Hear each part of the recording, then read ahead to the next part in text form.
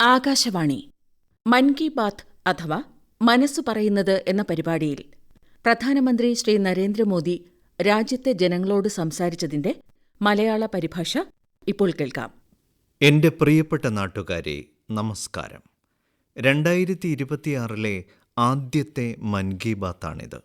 നാളെ ജനുവരി 26 നാം എല്ലാവരും റിപ്പബ്ലിക് ദിനം ആഘോഷിക്കും. നമ്മുടെ ഭരണഘടന നിലവിൽ വന്നത് ഈ ദിവസമാണ്. നമ്മുടെ ഭരണഘടനാ നിർമ്മാതാക്കൾക്ക് ആദരാഞ്ജലി അർപ്പിക്കാൻ ഈ ദിവസം നമുക്ക് അവസരം നൽകുന്നു. ഇന്ന് ജനുവരി 25. ഈ ദിവസവും വളരെ പ്രധാനപ്പെട്ടതാണ്. ഇന്ന് ദേശീയ വോട്ടർ ദിനം. സമ്മതിദായകർ ജനാധിപത്യത്തിൻ്റെ ആത്മാവാണ്. സുഹൃത്തുക്കളെ, സാധാരണയായി ഒരാൾ 18 വയസ്സ് തികയുമ്പോൾ ആണ് വോട്ട് ചെയ്യുന്നത്. ഇത് ജീവിതത്തിലെ ഒരു സാധാരണ സംഭവമായി കണക്കാക്കപ്പെടുന്നു. എന്നാൽ വാസ്തവത്തിൽ ഏതൊരു ഭാരതീയൻ്റെയും ജീവിതത്തിലെ ഒരു വലിയ നാഴികക്കല്ലാണ് ഇത്. അതിനാൽ രാജ്യത്ത് സമ്മതിദായകർ ആകുന്നത് ആഘോഷിക്കേണ്ടത് വളരെ പ്രധാനമാണ്. ഒരാളുടെ ജന്മദിനത്തിൽ നമ്മൾ ആശംസകൾ നേരുകയും അത് ആഘോഷിക്കുകയും ചെയ്യുന്നതുപോലെ യുവതലമുറയിൽപ്പെട്ട ഏതൊരാളുടെയും കന്നിവോട്ട് വേളയിൽ അവരുടെ ഗ്രാമമായാലും നഗരമായാലും മുഴുവൻ പ്രദേശവും ഒത്തുചേർന്ന് അഭിനന്ദിക്കുകയും മധുരപലഹാരങ്ങൾ വിതരണം ചെയ്യുകയും വേണം. ഇതുമൂലം വോട്ടിങ്ങിനെക്കുറിച്ചുള്ള അവബോധം ജനങ്ങളിൽ വർദ്ധിക്കും. ഇതോടൊപ്പം ഒരു വോട്ടറാകുന്നത് എത്രത്തോളം പ്രധാനമാണെന്ന തോന്നലും കൂടുതൽ ശക്തിപ്പെടും. സുഹൃത്തുക്കളെ, നമ്മുടെ രാജ്യത്തെ തെരഞ്ഞെടുപ്പ് പ്രക്രിയയിൽ ഉൾപ്പെട്ടിരിക്കുന്ന നമ്മുടെ ജനാധിപത്യത്തെ ഊർജ്ജസ്വലമായി നിലനിർത്താൻ താഴെത്തട്ടിൽ പ്രവർത്തിക്കുന്ന എല്ലാവരോടും എൻ്റെ അഗാധമായ നന്ദി അറിയിക്കുന്നു. ഇന്ന് വോട്ടർ ദിനത്തിൽ ഞാൻ എൻ്റെ യുവ സുഹൃത്തുക്കളോട് 18 വയസ്സ് തികയുമ്പോൾ വോട്ടർമാരായി രജിസ്റ്റർ ചെയ്യാൻ ഒരിക്കൽ കൂടി അഭ്യർത്ഥിക്കുന്നു. ഇത് ഓരോ പൗരനിൽ നിന്നും ഭരണഘടന പ്രതീക്ഷിക്കുന്ന ഉത്തരവാദിത്തം നിറവേറ്റുകയും ഭാരതത്തിൻ്റെ ജനാധിപത്യത്തെ ശക്തിപ്പെടുത്തുകയും ചെയ്യും. എൻ്റെ പ്രിയപ്പെട്ട നാട്ടുകാരെ, ഈയിടെ സോഷ്യൽ മീഡിയയിൽ രസകരമായ ഒരു പ്രവണത ഞാൻ കാണുകയുണ്ടായി. ആളുകൾ 2016 ഓർമ്മകൾ പുതുക്കുകയാണ്. അതേ വികാരത്തോടെ ഇന്ന് ഞാനും എൻ്റെ ഓർമ്മകളിൽ ഒന്ന് നിങ്ങളുമായി പങ്കിടാൻ ആഗ്രഹിക്കുന്നു. 10 വർഷം മുമ്പ് 2016 ജനുവരിയിൽ നമ്മൾ വളരെ ആഗ്രഹിച്ച ഒരു യാത്ര ആരംഭിച്ചു. യുവതലമുറയ്ക്ക്, രാജ്യത്തിൻ്റെ ഭാവിക്ക് ഇത് വളരെ പ്രധാനമാണെന്ന് ഞങ്ങൾ അന്ന് മനസ്സിലാക്കി. ചിലർക്ക് ഇത് എന്തിനെക്കുറിച്ചാണെന്ന് അന്ന് മനസ്സിലായില്ല. സുഹൃത്തുക്കളെ, ഞാൻ പറയുന്ന യാത്ര സ്റ്റാർട്ടപ്പ് ഇന്ത്യയുടെ യാത്രയാണ്. ഈ അത്ഭുതകരമായ യാത്രയിലെ നായകർ നമ്മുടെ യുവ സുഹൃത്തുക്കളാണ്. അവരുടെ സുഖസൗകര്യങ്ങളിൽ നിന്ന് പുറത്തു കടന്ന് അവർ കൊണ്ടുവന്ന നൂതനാശയങ്ങൾ ചരിത്രത്തിൽ ഇടം പിടിക്കുന്നു. സുഹൃത്തുക്കളെ, ഇന്ന് ഭാരതം ലോകത്തിലെ 3ാമത്തെ വലിയ സ്റ്റാർട്ടപ്പ് ഇക്കോസിസ്റ്റമായി മാറിയിരിക്കുന്നു. ഈ സ്റ്റാർട്ടപ്പുകൾ ഇപ്പോൾ സാധാരണയിൽ നിന്ന് വ്യത്യസ്തമാണ്. 10 വർഷം മുമ്പ് സങ്കല്പിക്കാൻ പോലും കഴിയാത്ത മേഖലകളിലാണ് ഇന്ന് അവർ പ്രവർത്തിക്കുന്നത്. AI, ബഹിരാകാശം, ആണവോർജം, സെമി കണ്ടക്ടറുകൾ, മൊബിലിറ്റി, ഗ്രീൻ ഹൈഡ്രജൻ, ബയോടെക്നോളജി, ഏതു മേഖലയെടുത്താലും ഇന്ത്യൻ സ്റ്റാർട്ടപ്പുകൾ അവിടെ പ്രവർത്തിക്കുന്നത് കാണാം. ഏതെങ്കിലും സ്റ്റാർട്ടപ്പുമായി ബന്ധപ്പെട്ടിരിക്കുന്ന അല്ലെങ്കിൽ സ്വന്തമായി ഒരു സ്റ്റാർട്ടപ്പ് ആരംഭിക്കാൻ ആഗ്രഹിക്കുന്ന എൻ്റെ എല്ലാ യുവ സുഹൃത്തുക്കളെയും ഞാൻ അഭിവാദ്യം ചെയ്യുന്നു. സുഹൃത്തുക്കളെ, ഇന്ന് മൻ കി ബാത്ത് വഴി ഞാൻ രാജ്യത്തെ ജനങ്ങളോട്, പ്രത്യേകിച്ച് വ്യവസായ സ്റ്റാർട്ടപ്പ് മേഖലകളുമായി ബന്ധപ്പെട്ട യുവാക്കളോട് ഒരു അഭ്യർത്ഥന നടത്താൻ ആഗ്രഹിക്കുന്നു. ഭാരതത്തിൻ്റെ സമ്പദ് വ്യവസ്ഥ അതിവേഗം പുരോഗമിക്കുകയാണ്. ലോകം ഭാരതത്തെ ഉറ്റുനോക്കുകയാണ്. ഇങ്ങനെയൊരു സമയത്ത് നമുക്കെല്ലാവർക്കും ഒരു വലിയ ഉത്തരവാദിത്തമുണ്ട്. ഗുണനിലവാരത്തിൽ ഊന്നൽ നൽകുക എന്നതാണ് അത് അങ്ങനെയാണ്, അതാണ് കീഴ്വഴക്കം, അത് നടന്നോളും എന്നു പറയുന്ന യുഗം അവസാനിച്ചു. ഈ വർഷം നമുക്ക് പൂർണ്ണ ശക്തിയോടെ ഗുണനിലവാരത്തിന് മുൻഗണന നൽകാം. നമുക്കെല്ലാവർക്കും ഒരൊറ്റ മന്ത്രം ഉരുവിടാം: ഗുണനിലവാരം, ഗുണമേന്മ, ഗുണമേന്മ മാത്രം. ഇന്നലത്തേക്കാൾ മികച്ച ഗുണനിലവാരം. നമ്മൾ എന്തു നിർമ്മിച്ചാലും അതിൻ്റെ ഗുണനിലവാരം മെച്ചപ്പെടുത്തുമെന്ന് പ്രതിജ്ഞയെടുക്കാം. അത് നമ്മുടെ തുണിത്തരങ്ങളായാലും സാങ്കേതിക വിദ്യയായാലും ഇലക്ട്രോണിക്സും പാക്കേജിങ്ങും അങ്ങനെ ഏതുമായാലും ഭാരതീയ ഉൽപ്പന്നം അർത്ഥമാക്കുന്നത് ഉയർന്ന നിലവാരമായിരിക്കണം. മികവ് നമ്മുടെ മാനദണ്ഡമാക്കാം. ഗുണനിലവാരത്തിൽ ഒരു കുറവും ഉണ്ടാകില്ലെന്നും ഒരു വിട്ടുവീഴ്ചയും ഉണ്ടാകില്ലെന്നും നമ്മൾ ദൃഢനിശ്ചയം ചെയ്തിട്ടുണ്ട്. ഞാൻ ചെങ്കോട്ടയിൽ നിന്ന് പറഞ്ഞിരുന്നു, സീറോ ഡിഫെക്റ്റ്, സീറോ ഇഫക്റ്റ് എന്ന്. ഇത് ചെയ്യുന്നതിലൂടെ മാത്രമേ വികസിത ഭാരതത്തിൻ്റെ യാത്ര വേഗത്തിൽ മുന്നോട്ട് കൊണ്ടുപോകാൻ സാധിക്കൂ. എൻ്റെ പ്രിയപ്പെട്ട നാട്ടുകാരെ, നമ്മുടെ രാജ്യത്തെ ജനങ്ങൾ വളരെ ഇന്നൊവേറ്റീവാണ്. പ്രശ്നങ്ങൾക്ക് പരിഹാരം കണ്ടെത്തുക എന്നത് നമ്മുടെ നാട്ടുകാരുടെ ശീലമാണ്. ചിലർ സ്റ്റാർട്ടപ്പുകൾ വഴിയാണ് ഇത് ചെയ്യുന്നത്. മറ്റു ചിലർ സമൂഹത്തിൻ്റെ കൂട്ടായ ശ്രമങ്ങളിലൂടെ പ്രശ്നങ്ങൾ മറികടക്കാൻ ശ്രമിക്കുന്നു. ഉത്തർപ്രദേശിലെ അസംഗഡിൽ ഇങ്ങനെയൊരു ശ്രമം ശ്രദ്ധയിൽപ്പെട്ടിട്ടുണ്ട്. ഈ പ്രദേശത്തുകൂടി ഒഴുകുന്ന തമസ നദിക്ക് ജനങ്ങൾ പുതുജീവൻ നൽകിയിരിക്കുന്നു. തമസ വെറുമൊരു നദി മാത്രമല്ല, നമ്മുടെ സാംസ്കാരികവും ആധ്യാത്മികവുമായ പൈതൃകത്തിൻ്റെ ജീവസുറ്റ ഉറവിടം കൂടിയാണ്. അയോധ്യയിൽ നിന്ന് ഉദ്ഭവിച്ച് ഗംഗയിൽ ലയിക്കുന്ന ഈ നദി ഒരു കാലത്ത് ഈ പ്രദേശത്തെ ജനങ്ങളുടെ ജീവിതത്തിൻ്റെ കേന്ദ്രമായിരുന്നു. പക്ഷേ മലിനീകരണം മൂലം അതിൻ്റെ സുഗമമായ ഒഴുക്കിന് തടസ്സം നേരിടാൻ തുടങ്ങി. ചപ്പുചവറുകളും മാലിന്യവും നദിയുടെ ഒഴുക്കിനെ തടഞ്ഞു. തുടർന്ന് ഇവിടുത്തെ ജനങ്ങൾ നദിക്ക് ഒരു പുതുജീവൻ നൽകാനുള്ള ഒരു ക്യാമ്പയിൻ ആരംഭിച്ചു. നദി വൃത്തിയാക്കി തണൽ മരങ്ങളും ഫലവൃക്ഷങ്ങളും അതിൻ്റെ തീരങ്ങളിൽ നട്ടുപിടിപ്പിച്ചു. തദ്ദേശവാസികൾ കർത്തവ്യനിഷ്ഠയോടെ ഈ ജോലിയിൽ ഏർപ്പെട്ടു. എല്ലാവരുടെയും പരിശ്രമത്തിലൂടെ നദി പുനരുജ്ജീവിച്ചു. സുഹൃത്തുക്കളെ, ആന്ധ്രാപ്രദേശിലെ അനന്തപൂരിലും ഇത്തരത്തിലുള്ളൊരു പൊതുജന പങ്കാളിത്ത ശ്രമം കാണാനിടയായി. കടുത്ത വരൾച്ച നേരിടുന്ന ഒരു പ്രദേശമാണിത്. ഇവിടുത്തെ മണ്ണ് കളിമണ്ണും ചെമ്മണ്ണും മണലും കലർന്നതാണ്. ജനങ്ങൾ ജലക്ഷാമം നേരിടേണ്ടി വരുന്നതിൻ്റെ പ്രധാന കാരണം ഇതാണ്. ഇവിടെ പല പ്രദേശങ്ങളിലും വളരെ കാലമായി മഴ ലഭിക്കുന്നില്ല. ചിലപ്പോൾ ആളുകൾ അനന്തപൂരിനെ മരുഭൂമിയിലെ വരൾച്ചയോടുപോലും താരതമ്യം ചെയ്യുന്നു. സുഹൃത്തുക്കളെ, ഈ പ്രശ്നം പരിഹരിക്കുന്നതിനായി നാട്ടുകാർ ജലാശയങ്ങൾ വൃത്തിയാക്കാൻ തീരുമാനിച്ചു. തുടർന്ന് സർക്കാരിൻ്റെ പിന്തുണയോടെ ഇവിടെ അനന്തനീര് സംരക്ഷണ പദ്ധതിക്ക് തുടക്കമിട്ടു. ഇതിൻ്റെ ഭാഗമായി 10ലധികം ജലാശയങ്ങൾക്ക് പുതുജീവൻ ലഭിച്ചു. ഇപ്പോൾ ആ ജലാശയങ്ങളിൽ വെള്ളം നിറഞ്ഞു തുടങ്ങിയിരിക്കുന്നു. ഇതോടൊപ്പം 7000-ലധികം മരങ്ങളും നട്ടുപിടിപ്പിച്ചു. അതായത് ജലസംരക്ഷണത്തോടൊപ്പം അനന്തപൂരിൽ പച്ചപ്പും വർദ്ധിച്ചു. ഇവിടെ കുട്ടികൾക്ക് ഇപ്പോൾ നീന്തലാസ്വദിക്കാനും കഴിയും. ഒരു രീതിയിൽ പറഞ്ഞാൽ ഇവിടുത്തെ മുഴുവൻ ആവാസ വ്യവസ്ഥയും വീണ്ടും ശോഭനമായി. സുഹൃത്തുക്കളെ, അസംഗഡായാലും അനന്തപൂരായാലും രാജ്യത്തിൻ്റെ മറ്റെവിടമായാലും ആളുകൾ ഒന്നിച്ചു നിന്ന് വലിയ തീരുമാനങ്ങൾ ദൃഢനിശ്ചയത്തോടെ നടപ്പിലാക്കുന്നത് കാണുന്നത് സന്തോഷകരമാണ്. പൊതുജന പങ്കാളിത്തത്തിൻ്റെയും കൂട്ടായ്മയുടെയും ഈ മനോഭാവമാണ് നമ്മുടെ രാജ്യത്തിൻ്റെ ഏറ്റവും വലിയ ശക്തി.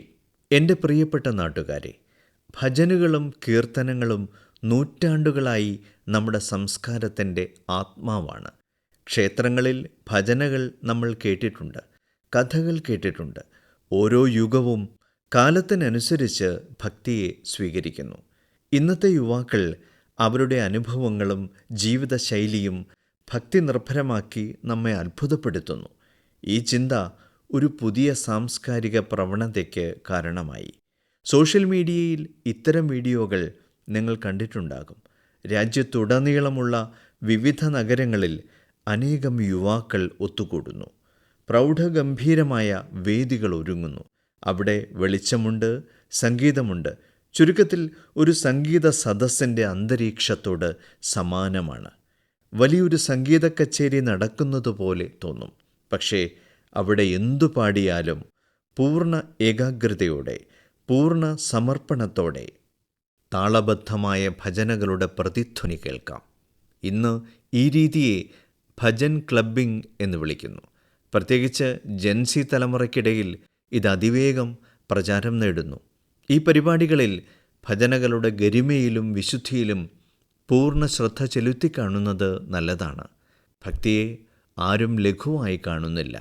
വാക്കുകളുടെ അർത്ഥത്തിനോ ഭാവത്തിനോ കോട്ടം തട്ടുന്നില്ല. വേദി ആധുനികമായിരിക്കാം, സംഗീതത്തിൻ്റെ ഈണം വ്യത്യസ്തമായിരിക്കാം, പക്ഷേ അടിസ്ഥാന വികാരം അതേപടി നിലകൊള്ളുന്നു. ആധ്യാത്മികതയുടെ നിതാന്തമായ ഒഴുക്ക് അവിടെ അനുഭവപ്പെടുന്നു. എൻ്റെ പ്രിയപ്പെട്ട നാട്ടുകാരെ, ഇന്ന് നമ്മുടെ സംസ്കാരവും ഉത്സവങ്ങളും ലോകമെമ്പാടും അറിയപ്പെടുന്നു. ഭാരതത്തിൻ്റെ ഉത്സവങ്ങൾ ലോകത്തിൻ്റെ എല്ലാ കോണുകളിലും വളരെ ആവേശത്തോടെയും സന്തോഷത്തോടെയും ആഘോഷിക്കപ്പെടുന്നു. എല്ലാത്തരം സാംസ്കാരിക ചൈതന്യവും നിലനിർത്തുന്നതിൽ നമ്മുടെ ഭാരതവംശജരായ സഹോദരീ സഹോദരന്മാർ ഒരു പ്രധാന പങ്ക് വഹിക്കുന്നു. എവിടെയായിരുന്നാലും അവർ നമ്മുടെ സംസ്കാരത്തിൻ്റെ തനിമയെ സംരക്ഷിക്കുകയും മുന്നോട്ട് കൊണ്ടുപോവുകയും ചെയ്യുന്നു. മലേഷ്യയിലെ നമ്മുടെ ഭാരതീയ സമൂഹവും ഇക്കാര്യത്തിൽ അഭിനന്ദനീയമായ പ്രവർത്തനങ്ങൾ ചെയ്യുന്നു. മലേഷ്യയിൽ 500-ലധികം തമിഴ് സ്കൂളുകൾ ഉണ്ടെന്ന് അറിയുമ്പോൾ നിങ്ങൾ ആശ്ചര്യപ്പെടും. ഈ സ്കൂളുകളിൽ തമിഴ് ഭാഷ പഠിപ്പിക്കുന്നതോടൊപ്പം മറ്റു വിഷയങ്ങൾ തമിഴിൽ പഠിപ്പിക്കുകയും ചെയ്യുന്നു. ഇതിനു പുറമെ തെലുങ്ക്, പഞ്ചാബി ഉൾപ്പെടെയുള്ള മറ്റ് ഭാരതീയ ഭാഷകൾക്കും വലിയ പ്രാധാന്യം നൽകുന്നു. സുഹൃത്തുക്കളെ, ഭാരതവും മലേഷ്യയും തമ്മിലുള്ള ചരിത്രപരവും സാംസ്കാരികവുമായ ബന്ധം ദൃഢപ്പെടുത്തുന്നതിൽ ഒരു സൊസൈറ്റിക്ക് പ്രധാന പങ്കുണ്ട്. അതിൻ്റെ പേര് മലേഷ്യ ഇന്ത്യ ഹെറിറ്റേജ് സൊസൈറ്റി എന്നാണ്. വിവിധ പ്രവർത്തനങ്ങളോടൊപ്പം ഈ സംഘടന ഒരു ഹെറിറ്റേജ് വാക്കും സംഘടിപ്പിക്കുന്നു. ഇതിൽ ഇരു രാജ്യങ്ങളെയും ബന്ധിപ്പിക്കുന്ന സാംസ്കാരിക സ്ഥലങ്ങൾ സന്ദർശിക്കുന്നു. കഴിഞ്ഞ മാസം മലേഷ്യയിൽ ലാൽ പാഡ് സാരി എന്ന ഐക്കണിക് വാക്ക് സംഘടിപ്പിക്കുകയുണ്ടായി. ഈ സാരിക്ക് നമ്മുടെ ബംഗാൾ സംസ്കാരവുമായി ഒരു പ്രത്യേക ബന്ധമുണ്ട്. ഈ പരിപാടിയിൽ ഏറ്റവും കൂടുതൽ ആളുകൾ ഈ സാരി ധരിച്ചതിൻ്റെ റെക്കോർഡ് സൃഷ്ടിക്കപ്പെട്ടു. ഇത് മലേഷ്യൻ ബുക്ക് ഓഫ് റെക്കോർഡ്സിൽ ഇടം നേടി. ഈ അവസരത്തിൽ ഒഡീസി നൃത്തവും ബാവുൾ സംഗീതവും ജനങ്ങളുടെ ഹൃദയം കീഴടക്കി. എനിക്ക് പറയാൻ കഴിയും, സായ ബർബംഗ ദേംഗാൻ ഡയസ്പോര ഇന്ത്യ ദി മലേഷ്യ മെരേക്ക മമ്പാവ ഇന്ത്യ ദാൻ മലേഷ്യ സെമാക്കിൻ റാപ്പ. മലേഷ്യയിലെ ഭാരതീയ പ്രവാസികളിൽ ഞാൻ അഭിമാനം കൊള്ളുന്നു. അവർ ഭാരതത്തെയും മലേഷ്യയെയും കൂടുതൽ അടുപ്പിക്കുന്നു. മലേഷ്യയിലെ നമ്മുടെ പ്രവാസികൾക്ക് എൻ്റെ ആശംസകൾ. എൻ്റെ പ്രിയപ്പെട്ട നാട്ടുകാരെ, നമ്മൾ ഭാരതത്തിൽ എവിടെ പോയാലും അവിടെ അസാധാരണവും അഭൂതപൂർവവുമായ എന്തെങ്കിലും സംഭവിക്കുന്നത് നമുക്ക് കാണാൻ കഴിയും. പലപ്പോഴും ഇത്തരം കാര്യങ്ങൾ മാധ്യമങ്ങളുടെ ശ്രദ്ധയിൽപ്പെടാറില്ല. എന്നിരുന്നാലും അവയിലൂടെ നമ്മുടെ സമൂഹത്തിൻ്റെ യഥാർത്ഥ ശക്തി എന്താണെന്ന് ബോധ്യമാകുന്നു. ഇവയിലൂടെ നമ്മുടെ സമൂഹത്തിൻ്റെ മൂല്യവ്യവസ്ഥയെ മനസ്സിലാക്കാൻ സാധിക്കുന്നു. ഇവയിൽ ഐക്യമനോഭാവമാണ് സർവപ്രധാനമായത്. ഗുജറാത്തിലെ ബെച്ചരാജിയിലെ ചന്ദൻകി ഗ്രാമത്തിൻ്റെ പാരമ്പര്യം സ്വയമേവ സവിശേഷമാണ്. ഇവിടുത്തെ ആളുകൾ, പ്രത്യേകിച്ച് മുതിർന്നവർ, വീട്ടിൽ ഭക്ഷണം പാകം ചെയ്യുന്നില്ലെന്ന് ഞാൻ നിങ്ങളോട് പറഞ്ഞാൽ നിങ്ങൾ അത്ഭുതപ്പെടും. ഇതിനുള്ള കാരണം ഗ്രാമത്തിലെ വിശാലമായ കമ്മ്യൂണിറ്റി കിച്ചനുകളാണ്. ഈ കമ്മ്യൂണിറ്റി കിച്ചണിൽ ഗ്രാമത്തിലെ എല്ലാവർക്കും ഭക്ഷണം പാകം ചെയ്യുകയും ആളുകൾ ഒരുമിച്ചിരുന്ന് ഭക്ഷണം കഴിക്കുകയും ചെയ്യുന്നു. കഴിഞ്ഞ 15 വർഷമായി ഈ പാരമ്പര്യം തുടർന്നു വരുന്നു. മാത്രമല്ല, ഒരാൾക്ക് അസുഖമുണ്ടെങ്കിൽ അയാൾക്ക് ടിഫിൻ സർവീസും ലഭ്യമാണ്. അതായത് ഹോം ഡെലിവറിക്കുള്ള ക്രമീകരണവും ഉണ്ട്. ഗ്രാമത്തിലെ ഈ സമൂഹ ഭക്ഷണം ആളുകളെ അതീവ സന്തോഷവാന്മാരാക്കുന്നു. ഈ സംരംഭം ആളുകളെ പരസ്പരം ബന്ധിപ്പിക്കുക മാത്രമല്ല, കുടുംബമെന്ന സങ്കല്പത്തെ പോഷിപ്പിക്കുകയും ചെയ്യുന്നു. സുഹൃത്തുക്കളെ, ഭാരതത്തിൻ്റെ കുടുംബ വ്യവസ്ഥ നമ്മുടെ പാരമ്പര്യത്തിൻ്റെ അവിഭാജ്യ ഘടകമാണ്. ലോകമെങ്ങുമുള്ള പല രാജ്യങ്ങളും ഇത് വളരെ കൗതുകത്തോടെയാണ് കാണുന്നത്. പല രാജ്യങ്ങൾക്കും അത്തരം കുടുംബ വ്യവസ്ഥകളോട് വലിയ ആദരവാണുള്ളത്.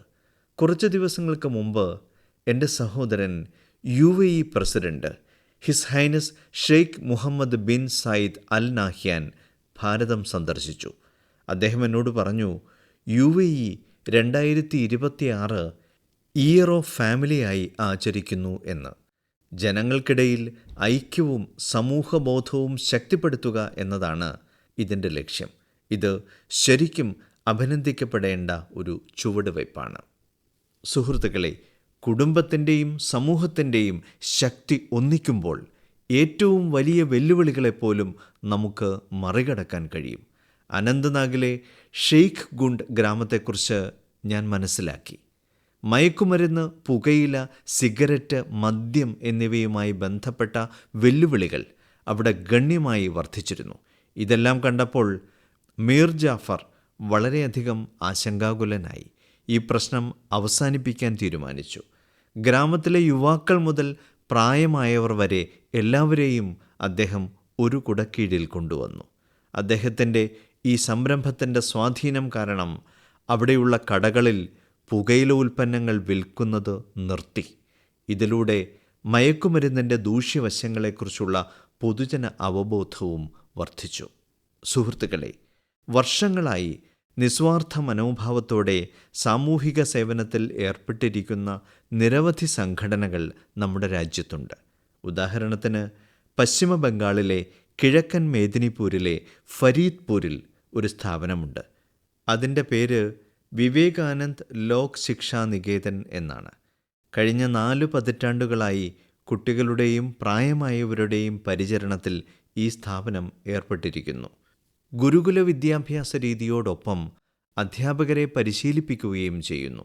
ഇതിനു പുറമെ ഈ സ്ഥാപനം നിരവധി ഉദാത്തമായ സാമൂഹിക ക്ഷേമ പ്രവർത്തനങ്ങളിൽ ഏർപ്പെട്ടിരിക്കുന്നു. നിസ്വാർത്ഥ സേവനത്തിൻ്റെ ഈ മനോഭാവം നമ്മുടെ ജനങ്ങൾക്കിടയിൽ വളരുകയും ശക്തിപ്പെടുകയും ചെയ്യട്ടെ എന്ന് ഞാൻ ആഗ്രഹിക്കുന്നു. എൻ്റെ പ്രിയപ്പെട്ട നാട്ടുകാരെ, മൻ കി ബാത്തിൽ നമ്മൾ ശുചിത്വത്തിൻ്റെ വിഷയം നിരന്തരം ഉന്നയിക്കാറുണ്ട്.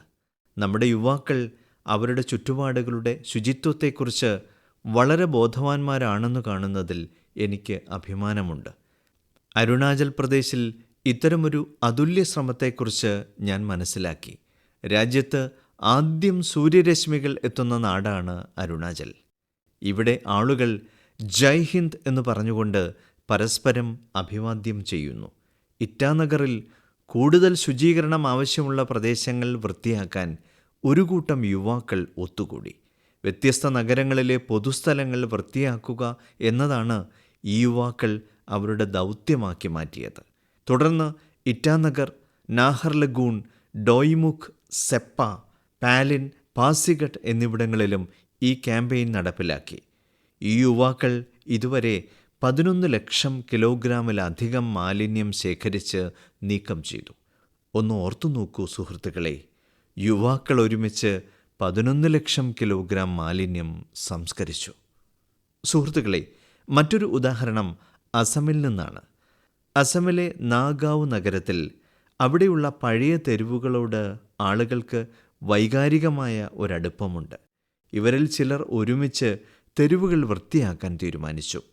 ക്രമേണ കൂടുതൽ ആളുകൾ അവരോടൊപ്പം ചേർന്നു. ഈ രീതിയിൽ തെരുവുകളിൽ നിന്ന് ധാരാളം മാലിന്യങ്ങൾ നീക്കം ചെയ്യുന്ന ഒരു ടീം രൂപീകരിച്ചു. സുഹൃത്തുക്കളെ, ബംഗളൂരുവിലും സമാനമായ ഒരു ശ്രമം നടക്കുന്നുണ്ട്. ബംഗളൂരുവിൽ സോഫ വേസ്റ്റ് ഒരു പ്രധാന പ്രശ്നമായി ഉയർന്നു വന്നിട്ടുണ്ട്. അതിനാൽ ചില പ്രൊഫഷണലുകൾ ഒത്തുചേർന്ന് അവരുടേതായ രീതിയിൽ ഈ പ്രശ്നം പരിഹരിച്ചുകൊണ്ടിരിക്കുന്നു. സുഹൃത്തുക്കളെ, ഇന്ന് പല നഗരങ്ങളിലും ലാൻഡ് ഫിൽ വേസ്റ്റ് റീസൈക്ലിംഗ് ചെയ്യുന്ന ടീമുകളുണ്ട്. ചെന്നൈയിൽ ഇതുപോലൊരു ടീം വളരെ മികച്ച പ്രവർത്തനം കാഴ്ചവെച്ചു. ഓരോ ശുചീകരണ ശ്രമത്തിൻ്റെയും പ്രാധാന്യം എത്രത്തോളമാണെന്ന് ഇങ്ങനെയുള്ള ഉദാഹരണങ്ങൾ തെളിയിക്കുന്നു. ശുചിത്വത്തിനായുള്ള നമ്മുടെ ശ്രമങ്ങൾ വ്യക്തിഗതമായോ ഒരു ടീമായോ വർദ്ധിപ്പിക്കേണ്ടിയിരിക്കുന്നു. അപ്പോൾ മാത്രമേ നമ്മുടെ നഗരങ്ങൾ മികച്ചതായി തീരൂ. എൻ്റെ പ്രിയപ്പെട്ട നാട്ടുകാരെ, പരിസ്ഥിതി സംരക്ഷണത്തെക്കുറിച്ച് പറയുമ്പോൾ നമ്മൾ പലപ്പോഴും മഹത്തായ പദ്ധതികൾ, പ്രചാരണങ്ങൾ, വലിയ സംഘടനകൾ എന്നിവയെക്കുറിച്ചാണ് സംസാരിക്കാറുള്ളത്. എന്നാൽ പലപ്പോഴും മാറ്റം ആരംഭിക്കുന്നത് വളരെ സാധാരണമായ കാര്യങ്ങളിൽ നിന്നാണ്. ഒരു വ്യക്തിയിൽ നിന്നും, ഒരു പ്രദേശത്തിൽ നിന്നും, ഒരു ചുവടുവയ്പ്പിൽ നിന്നും, നിരന്തരം ചെയ്യുന്ന ചെറിയ ചെറിയ കാര്യങ്ങളിൽ നിന്നുപോലും വലിയ മാറ്റങ്ങൾ സംഭവിക്കാം. പശ്ചിമ ബംഗാളിലെ കൂച്ച് ബിഹാറിൽ താമസിക്കുന്ന ബെനോയ് ദാസിൻ്റെ ശ്രമങ്ങൾ ഇതിന് ഒരു ഉദാഹരണമാണ്. കഴിഞ്ഞ കുറേ വർഷങ്ങളായി തൻ്റെ ജില്ലയെ ഹരിതാഭമാക്കാൻ അദ്ദേഹം ഒറ്റയ്ക്ക് പ്രവർത്തിച്ചിട്ടുണ്ട്. അദ്ദേഹം ആയിരക്കണക്കിന് മരങ്ങൾ നട്ടുപിടിപ്പിച്ചിട്ടുണ്ട്. തൈകൾ വാങ്ങുന്നതിനും നടുന്നതിനും അവയെ പരിപാലിക്കുന്നതിനുമുള്ള മുഴുവൻ ചെലവും അദ്ദേഹം പലപ്പോഴും സ്വയം വഹിച്ചിട്ടുണ്ട്. ആവശ്യം വന്നപ്പോഴൊക്കെ അദ്ദേഹം നാട്ടുകാരുടെയും വിദ്യാർത്ഥികളുടെയും മുനിസിപ്പൽ സ്ഥാപനങ്ങളുടെയും കൂടെ ചേർന്ന് പ്രവർത്തിച്ചു. അദ്ദേഹത്തിൻ്റെ ശ്രമങ്ങൾ റോഡരികുകളിലെ പച്ചപ്പ് വർദ്ധിപ്പിച്ചു. സുഹൃത്തുക്കളെ, മധ്യപ്രദേശിലെ പന്ന ജില്ലയിലെ താമസക്കാരനായ ജഗദീഷ് പ്രസാദ് അഹിർവാറിൻ്റെ ശ്രമവും പ്രശംസനീയമാണ്. അദ്ദേഹം വനത്തിൽ ഒരു ബീറ്റ് ഗാർഡായി സേവനമനുഷ്ഠിക്കുന്നു. ഒരു സന്ദർശനത്തിനിടെ കാട്ടിൽ കാണപ്പെടുന്ന നിരവധി ഔഷധ സസ്യങ്ങളെക്കുറിച്ചുള്ള വിവരങ്ങൾ എവിടെയും വ്യവസ്ഥാപിതമായി രേഖപ്പെടുത്തിയിട്ടില്ലെന്ന് അദ്ദേഹം മനസ്സിലാക്കി. ഈ അറിവ് അടുത്ത തലമുറയ്ക്ക് കൈമാറാൻ ശ്രീ ജഗദീഷ് ആഗ്രഹിച്ചു. അതിനാൽ അദ്ദേഹം ഔഷധ സസ്യങ്ങളെ തിരിച്ചറിയാനും രേഖപ്പെടുത്താനും തുടങ്ങി. 125-ലധികം ഔഷധ സസ്യങ്ങൾ അദ്ദേഹം തിരിച്ചറിഞ്ഞു. ഓരോ ചെടിയുടെയും ചിത്രം, പേര്, ഉപയോഗം, കാണപ്പെടുന്ന സ്ഥലം എന്നിവയെക്കുറിച്ചുള്ള വിവരങ്ങൾ അദ്ദേഹം ശേഖരിച്ചു. വനം വകുപ്പ് വിവരങ്ങൾ സമാഹരിച്ച് ഒരു പുസ്തകമായി പ്രസിദ്ധീകരിച്ചു. ഈ പുസ്തകത്തിൽ നൽകിയിരിക്കുന്ന വിവരങ്ങൾ ഇപ്പോൾ ഗവേഷകർക്കും വിദ്യാർത്ഥികൾക്കും വനം ഉദ്യോഗസ്ഥർക്കും വളരെ ഉപയോഗപ്രദമാണ്. സുഹൃത്തുക്കളെ, പരിസ്ഥിതി സംരക്ഷണത്തിൻ്റെ ഈ മനോഭാവം ഇന്ന് വലിയ തോതിൽ കാണാൻ കഴിയും. ഈ ചിന്ത മനസ്സിൽ വെച്ചുകൊണ്ട് ഏക് പേഡ് മാ കെ നാം എന്ന ക്യാമ്പയിൻ രാജ്യമെമ്പാടും നടക്കുന്നു. ഇന്ന് കോടിക്കണക്കിന് ആളുകൾ ഈ ക്യാമ്പയിനിൽ പങ്കാളികളാണ്. ഇതുവരെ രാജ്യത്ത് 200 കോടിയിലധികം മരങ്ങൾ നട്ടുപിടിപ്പിച്ചിട്ടുണ്ട്. ഇത് സൂചിപ്പിക്കുന്നത് ആളുകൾ ഇപ്പോൾ പരിസ്ഥിതി സംരക്ഷണത്തെക്കുറിച്ച് കൂടുതൽ ബോധവാന്മാരാണെന്നും ഏതെങ്കിലും വിധത്തിൽ സംഭാവന നൽകാൻ ആഗ്രഹിക്കുന്നുവെന്നും ആണ്. എൻ്റെ പ്രിയപ്പെട്ട നാട്ടുകാരെ, നിങ്ങളെയെല്ലാം ഒരു കാര്യത്തിൽ കൂടി അഭിനന്ദിക്കാൻ ഞാൻ ആഗ്രഹിക്കുന്നു. കാരണം മില്ലറ്റ്സ് ആണ്, അതായത് ചെറുധാന്യങ്ങൾ. രാജ്യത്തെ ജനങ്ങൾ ചെറുധാന്യങ്ങൾക്ക് പ്രാധാന്യം നൽകുന്നത് കാണുന്നതിൽ എനിക്ക് സന്തോഷമുണ്ട്. 2023 മില്ലറ്റ് ഇയറായി പ്രഖ്യാപിച്ചിരുന്നു. 3 വർഷങ്ങൾക്ക് ശേഷം ഇന്നും രാജ്യത്തും ലോകത്തും ഇതിനോടുള്ള പാഷനും കമ്മിറ്റ്മെൻറ്റും വളരെ പ്രോത്സാഹജനകമാണ്. സുഹൃത്തുക്കളെ, തമിഴ്നാട്ടിലെ കല്ലക്കുറിച്ചി ജില്ലയിലെ ഒരു കൂട്ടം വനിതാ കർഷകരുടെ കൂട്ടായ്മ ഏവർക്കും പ്രചോദനം നൽകുന്നതാണ്. ഇവിടെ ഏകദേശം 800 വനിതാ കർഷകർ പെരിയപാളയം മില്ലറ്റ് FPCയുമായി ബന്ധപ്പെട്ട് പ്രവർത്തിക്കുന്നു. ചെറുധാന്യങ്ങളുടെ വർദ്ധിച്ചുവരുന്ന ജനപ്രീതി കണ്ട് ഈ സ്ത്രീകൾ ഒരു മില്ലറ്റ് പ്രോസസ്സിംഗ് യൂണിറ്റ് സ്ഥാപിച്ചു. ഇപ്പോൾ അത് മില്ലറ്റിൽ നിന്ന് നിർമ്മിച്ച ഉൽപ്പന്നങ്ങൾ നേരിട്ട് വിപണിയിലേക്ക് എത്തിക്കുന്നു. സുഹൃത്തുക്കളെ, മില്ലറ്റ് ഉൽപ്പാദനത്തിലെ ഇന്നൊവേഷൻ രാജസ്ഥാനിലെ റാംസറിലെ കർഷകർക്കിടയിലും ഉണ്ട്. 900-ലധികം കർഷകർ ഇവിടെ റാംസർ ഓർഗാനിക് ഫാമർ പ്രൊഡ്യൂസർ കമ്പനിയുമായി ബന്ധപ്പെട്ടിരിക്കുന്നു. ഈ കർഷകർ പ്രധാനമായും ബാജ്ര കൃഷി ചെയ്യുന്നു. ഇവിടെ ഇത് പ്രോസസ്സ് ചെയ്ത് റെഡി ടു ഈറ്റ് ലഡു തയ്യാറാക്കുന്നു. വിപണിയിൽ ഇതിന് വലിയ ഡിമാൻഡുണ്ട്. മാത്രമല്ല സുഹൃത്തുക്കളെ, ഇന്ന് മില്ലറ്റ്സ് മാത്രം പ്രസാദമായി നൽകുന്ന നിരവധി ക്ഷേത്രങ്ങളുണ്ട് എന്ന് അറിയുന്നതിൽ എനിക്ക് സന്തോഷമുണ്ട്. ആ ക്ഷേത്രങ്ങളിലെ എല്ലാ ഭാരവാഹികളെയും ഞാൻ ഹൃദയപൂർവ്വം അഭിനന്ദിക്കുന്നു. സുഹൃത്തുക്കളെ, മില്ലറ്റ്സ് കർഷകരുടെ വരുമാനം വർദ്ധിപ്പിക്കുക മാത്രമല്ല, ജനങ്ങൾക്ക് മെച്ചപ്പെട്ട ആരോഗ്യം ഉറപ്പാക്കുകയും ചെയ്യുന്നു. ചെറുധാന്യങ്ങൾ പോഷകസമൃദ്ധമാണ്, കൂടാതെ ഒരു സൂപ്പർ ഫുഡുമാണ്. നമ്മുടെ രാജ്യത്ത് ശൈത്യകാലം ഭക്ഷണത്തിന് വളരെ അനുയോജ്യമായി കണക്കാക്കപ്പെടുന്നു. അതിനാൽ ഈ ദിവസങ്ങളിൽ നാം തീർച്ചയായും ചെറുധാന്യങ്ങൾ ഭക്ഷണത്തിൽ ഉൾപ്പെടുത്തണം. എൻ്റെ പ്രിയപ്പെട്ട നാട്ടുകാരെ, മൻ കി ബാത്തിൽ നമുക്ക് ഒരിക്കൽ കൂടി നിരവധി വ്യത്യസ്ത വിഷയങ്ങൾ ചർച്ച ചെയ്യാൻ അവസരം ലഭിച്ചു. നമ്മുടെ രാജ്യത്തിൻ്റെ നേട്ടങ്ങൾ തിരിച്ചറിയാനും ആഘോഷിക്കാനുമുള്ള അവസരം ഈ പരിപാടി ഏവർക്കും നൽകുന്നു. ഫെബ്രുവരിയിൽ ഇങ്ങനെയുള്ള മറ്റൊരവസരം കൂടി വരുന്നു. അടുത്ത മാസം ഇന്ത്യ AI ഇമ്പാക്റ്റ് സമ്മിറ്റ് നടക്കാൻ പോകുന്നു. ലോകമെമ്പാടുമുള്ള വിദഗ്ധർ, പ്രത്യേകിച്ച് സാങ്കേതിക മേഖലയുമായി ബന്ധപ്പെട്ടവർ ഈ ഉച്ചകോടിയിൽ പങ്കെടുക്കാൻ ഭാരതത്തിലെത്തും. ഈ സമ്മേളനം AI മേഖലയിൽ ഭാരതത്തിൻ്റെ പുരോഗതിയും നേട്ടങ്ങളും ഉയർത്തിക്കാട്ടും. ഇതിൽ പങ്കാളിയാകുന്ന എല്ലാവരെയും ഞാൻ ആത്മാർത്ഥമായി അഭിനന്ദിക്കുന്നു. അടുത്ത മാസത്തെ മൻ കി ബാത്ത് പരിപാടിയിൽ ഇന്ത്യ AI ഇമ്പാക്റ്റ് സമ്മിറ്റിനെക്കുറിച്ച് നമ്മൾ സംസാരിക്കും. ജനങ്ങളുടെ മറ്റു ചില നേട്ടങ്ങളെക്കുറിച്ചും നമ്മൾ ചർച്ച ചെയ്യും. ഇന്നത്തെ മൻ കി ബാത്ത് പരിപാടിയിൽ നിന്ന് വിട പറയുമ്പോൾ നിങ്ങൾക്കെല്ലാവർക്കും ഒരിക്കൽ കൂടി നാളത്തെ റിപ്പബ്ലിക് ദിനത്തിനായി എൻ്റെ ആശംസകൾ നേരുന്നു. നന്ദി. മൻ കി ബാത്ത് അഥവാ മനസ്സു പറയുന്നത് എന്ന പരിപാടിയിൽ പ്രധാനമന്ത്രി ശ്രീ നരേന്ദ്രമോദി രാജ്യത്തെ ജനങ്ങളോട് സംസാരിച്ചതിന്റെ മലയാള പരിഭാഷയാണ് കേട്ടത്.